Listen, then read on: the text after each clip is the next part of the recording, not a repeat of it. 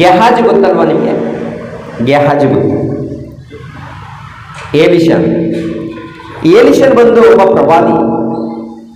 ಪ್ರವಾದಿ, ಒಳ್ಳೆ ಭಕ್ತನು.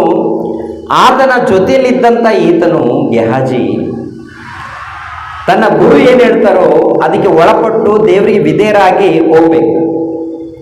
ಆದರೆ ಗೆಹಾಜಿ ಏನು ಮಾಡ್ತಾನೆ ಅಂತ ನೋಡುವಾಗ, ನಾಮಾನನು ಏಲಿಷನಿಗೆ ಬಹುಮಾನಗಳನ್ನು ಕೊಡೋದಕ್ಕೆ ಬರ್ತಾನೆ. ಯಾಕೆ ಕೊಡೋದಕ್ಕೆ ಬರ್ತಾನೆ ನಾಮಾನನಿಗೆ ಕುಷ್ಠರೋಗ ಇರುತ್ತೆ. ಕುಷ್ಠರೋಗ ಇದ್ದಾಗ ಎಷ್ಟೋ ಹಣವನ್ನು ಖರ್ಚು ಮಾಡಿಕೊಂಡಿರ್ತಾನೆ, ಆ ರೋಗ ಗುಣವಾಗಲ್ಲ. ತನ್ನ ಮನೆಯಲ್ಲಿದ್ದಂಥ ಒಬ್ಬ ದಾಸಿ ಮಾತನ್ನು ಕೇಳಿ, ಒಬ್ಬ ಸೇವಕಳ ಮಾತನ್ನು ಕೇಳಿ, ನಮ್ಮ ಯೆರೂಸಲೇಮ್ ಪಟ್ಟಣದಲ್ಲಿ ಒಬ್ಬ ಸೇವಕರಿದ್ದಾರೆ, ಅವ್ರ ಬಳಿಗೆ ಹೋಗಿದ್ರೆ ನಿಮಗೆ ಗುಣವಾಗುತ್ತಯ್ಯ ಅಂತೇಳಿ ಒಟ್ಟಿನಲ್ಲಿ ಆ ವಿಷಯ ಅವ್ರಿಗೆ ತಲುಪುವಂತೆ ಮಗಳು ಈ ಮಾತನ್ನು ಕೇಳಿ ನಾಮಾನನು ಯೆರೂಸಲೇಮ್ ಪಟ್ಟಣಕ್ಕೆ ಬರ್ತಾನೆ. ಏಲಿಷನ ಬಳಿಗೆ ಬಂದಾಗ ಏನ್ರಿ, ಏಲಿಷನ ಒಟ್ಟಿನಲ್ಲಿ ಹೋಗಪ್ಪ, ಯೋರ್ದನ್ ನದಿಯಲ್ಲಿ 7 ಸಾರಿ ಮುಳುಗು, ನಿನಗೆ ಸ್ವಸ್ಥತೆಯಾಗುತ್ತೆ, ಹುಟ್ಟಿದಾಗ ನಿನ್ನ ದೇಹ ಹೇಗಿತ್ತು ಆ ಥರ ಆಗುತ್ತೆ ಅಂತೇಳಿ ಕಳಿಸ್ಕೊಡ್ತಾನೆ. ಆದರೆ ನಾಮನ್ನು ಸ್ವಲ್ಪ ಕೋಪ ಮಾಡ್ಕೊಂಡು ಹೋಗ್ತಾನೆ. ಯಾಕೆ ಬೇಕು ಇವೆಲ್ಲ, ನಮ್ಮೂರಲ್ಲಿ ಇಲ್ವಾ ನದಿಗಳು ಅಂತೇಳಿ ಒಂದು ರೀತಿಯಲ್ಲಿ ಗರ್ವ ಪಡ್ತಾನೆ. ಸೇವಕರು ಬಂದು, ನೋಡಪ್ಪ, ಅದೇ ಅವ್ರೇನು ದೊಡ್ಡ ಏನು ಭಾರ ಹೊರಿಸಿಲ್ಲ, ಚಿಕ್ಕಿದೆ ಅಲ್ವಾ, ಒಂದು ಸಾರಿ ಮುಳುಗಿದ್ರೆ ಆಯ್ತಲ್ವಾ ಅಂತೇಳಿ ಒಂದು ಮಾತು ಹೇಳಿದಾಗ, ಸೇವಕರ ಮಾತನ್ನು ಕೇಳಿ ಏನ್ರಿ ನಾಮನನ್ನು 7 ಸಾರಿ ಯೋರ್ದನ್ ನದಿಯಲ್ಲಿ ಮುಳುಗುತ್ತಾನೆ, ಸ್ವಸ್ಥತೆ ಹೊಂದ್ಕೊಳ್ತಾನೆ. ಇದನ್ನು ಆಶ್ಚರ್ಯಪಟ್ಟು ನಾಮನನ್ನು ಮಾಡ್ತಾನಂದ್ರೆ ಬೆಳ್ಳಿ ಬಂಗಾರ ದುಸ್ತುಗಳೇನೇನಿದೆಯೋ ಎಲ್ಲವನ್ನು ಕೂಡ ಬಹುಮಾನವಾಗಿ ಕೊಡೋದಕ್ಕೆ ಹೋಗ್ತಾನೆ. ಯಾರಿಗೆ? ಏಲಿಷನಿಗೆ ಕೊಡೋದಕ್ಕೆ ಹೋಗ್ತಾನೆ. ಏಲಿಷನಿಗೆ ಕೊಡೋದಕ್ಕೆ ಹೋದಾಗ ಏಲಿಷನ್ ಒಂದು ಕೂಡ ನನಗೆ ಬೇಡ, ತಗೊಂಡೋಗ್ಬಿಡು ಅಂತೇಳಿ ಕಳಿಸ್ಬಿಡ್ತಾನೆ. ಏಲಿಷನ್ ಏನು ಹೇಳ್ತಾನೆ, ನನಗೆ 1 ರೂಪಾಯಿ ಬೇಡ, ಯಾವುದು ಬೇಡ, ವಾಪಸ್ ತಗೊಂಡೋಗು, ಒಟ್ಟಿನಲ್ಲಿ ಭಕ್ತಿಯಲ್ಲಿ ಬದುಕು, ಒಳ್ಳೆಯದಾಗಿ ಜೀವಿಸಪ್ಪ, ನೀನು ಸಾಕು ಅಂತೇಳಿ ಏಲಿಷನ್ ಹೇಳಿ ಕಳಿಸಿದಾಗ ಗೆಹಾಜಿ ಏನು ಮಾಡ್ತಾನೆ? ಏಲಿಷನ ಜೊತೆಯಲ್ಲಿದ್ದಾನಲ್ಲ ಗೆಹಾಜಿ ಶಿಷ್ಯನು, ಕಲಿಬೇಕಲ್ವಾ, ಭಕ್ತಿ ಕಲಿಬೇಕು, ಜ್ಞಾನ ಕಲಿಬೇಕು. ಇದನ್ನು ಕಲಿಯೋದು ಬಿಟ್ಟು ಯಾವುದ್ರ ಮೇಲೆ ಆಸೆ? ಹೇಗಿದ್ರು ನನ್ನ ಯಜಮಾನನಿಗೆ ಇದ್ರ ಮೇಲೆ ಇಷ್ಟ ಇಲ್ಲ, ನಾನಾದರೂ ಪಡ್ಕೊಳ್ತೀನಿ, ಕನಿಷ್ಠ ನನ್ನ ಹೆಂಡತಿ ಮಕ್ಕಳು ಸುಖವಾಗಿರ್ತಾರೆ ಅಂತೇಳಿ ಏನೋ ಆಲೋಚನೆ ಹುಟ್ಟುತ್ತೆ, ಆಸೆ ಪಡ್ತಾನೆ, ಹೋಗ್ತಾನೆ. ಹೋಗಿ ಏನು ಮಾಡ್ತಾನೆ, ಅಯ್ಯ, 2 ಸೇವಕರು ಬಂದಿದ್ದಾರೆ, ಪ್ರವಾದಿಗಳ ಮಂಡಳಿಯಲ್ಲಿ 1 ಸೇವಕರು ಬಂದಿದ್ದಾರಯ್ಯ, ಅದು ಕೊಡಬೇಕಂತೆ ನಮ್ಮ ಗುರು ಹೇಳಿದ್ರು ಅಂದಾಗೆ ತಗೊಂಡೋಗು ಅಂತೇಳಿ ಎಲ್ಲ ಕೊಟ್ಟು ಕಳಿಸ್ಬಿಡ್ತಾರೆ ಮೂಟೆ.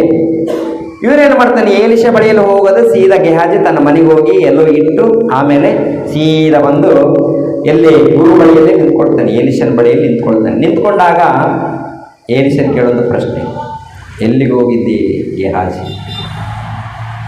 ಎಲ್ಲಿಗೆ ಹೋಗಿದ್ದೀನಿ? ನಾನೆಲ್ಲಿ ಹೋಗಿದ್ದೆ? ಇಲ್ಲೇ ಇದ್ದೀನಲ್ಲ.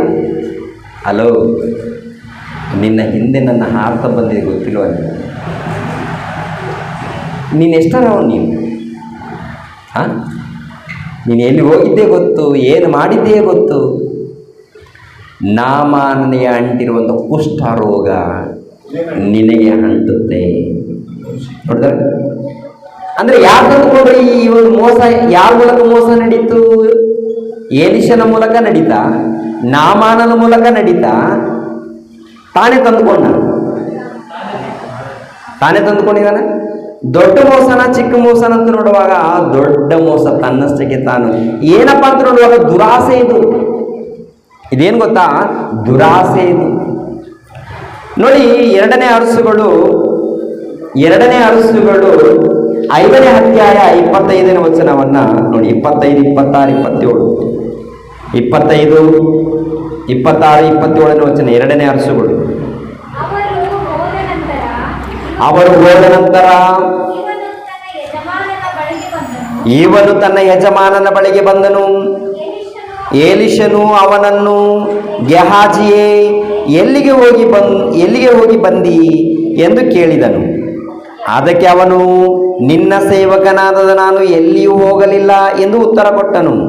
ಆಗ ಏಲಿಷನು ಅವನಿಗೆ, ಒಬ್ಬನು ರಥದಿಂದ ಇಳಿದು ಬಂದು ನಿನ್ನನ್ನು ಎದುರುಗೊಂಡದ್ದು ನನ್ನ ಜ್ಞಾನ ದೃಷ್ಟಿಗೆ ಕಾಣಿಸಲಿಲ್ಲವೆಂದು ನೆನೆಸುತ್ತೀಯೋ? ದ್ರವ್ಯ ಬಟ್ಟೆಗಳನ್ನು, ಎಣ್ಣೆ ಮರದ ತೋಪುಗಳನ್ನು, ದ್ರಾಕ್ಷಾ ತೋಟಗಳು, ಕುರಿದನಗಳು,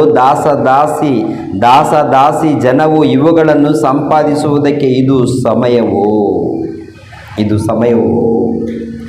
ನಾಮಾನನ ಕುಷ್ಠವು ನಿನ್ನನ್ನು ನಿನ್ನ ಸಂತತಿಯವರನ್ನು ಸದಾಕಾಲ ಹಿಡಿದಿರುವುದು ಅಂದನು. ಕೂಡಲೇ ಅವನಿಗೆ ಕುಷ್ಠ ಹತ್ತಿತು. ಅವನು ಹಿಮದಂತೆ ಬಿಳುಪಾಗಿ ಅವನ ಸನ್ನಿಧಿಯಿಂದ ಹೊರಟು ಹೋದನು. ಅಂದರೆ ಇದು ಸಮಯನ ಏನ್ರಿ ಪ್ರಿಯರಾದ ದೇವರ ಮಕ್ಕಳಿರ? ಇದು ಯಾವ ಕಾಲದಲ್ಲಿ? ಕ್ರಿಸ್ತ ಪೂರ್ವ ಸುಮಾರು 850 ವರ್ಷಗಳ ಹಿಂದೆ ನಡೆದಂಥ ಘಟನೆ. ಈ ಲೋಕದಲ್ಲಿ ಸಂಪಾದನೆ ಮಾಡಿಕೊಳ್ಳುವಂಥದ್ದು, ಕೂಡಿಟ್ಟುಕೊಳ್ಳುವುದು ಇದು ಸಮಯನ ಅಂತೇಳಿ ಆ ದಿನ ಹೇಳಿರುವಾಗ, ಮತ್ತೆ ಈ ದಿನ ಎಂಥ ದಿನಗಳು? ಆ ದಿನಗಳಲ್ಲೇ ಕೂಡಿಟ್ಕೊಳ್ಳೋದು ಸಮಯ ಅಲ್ಲ. ಬದುಕೋಣ, ಒಳ್ಳೆ ಊಟ ಮಾಡೋಣ ತಪ್ಪೇನಿಲ್ಲ, ಒಳ್ಳೆ ವಸ್ತ್ರಗಳನ್ನು ಧರಿಸ್ಕೊಳ್ಳೋಣ ತಪ್ಪೇನಿಲ್ಲ. ಬದುಕೋದು ದೇವ್ರಿಗಾಗಿ ಇರಬೇಕಲ್ಲ. ನಿನಗೆ ಜನ್ಮ ಕೊಟ್ಟಂತ, ನಿನಗೆ ಬದುಕು ಕೊಟ್ಟಂತ ಆ ದೇವ್ರಿಗೋಸ್ಕರ ನಿನ್ನ ಬದುಕಿರ್ಬೇಕಲ್ಲ. ಏನಯ್ಯ ನೀನು ಮಾಡಿದ್ದು? ಅದು ಕೂಡ ನನ್ನ ಬಳಿಗೆ ಬಂದು ಸುಳ್ಳು ಹೇಳ್ತೀಯ?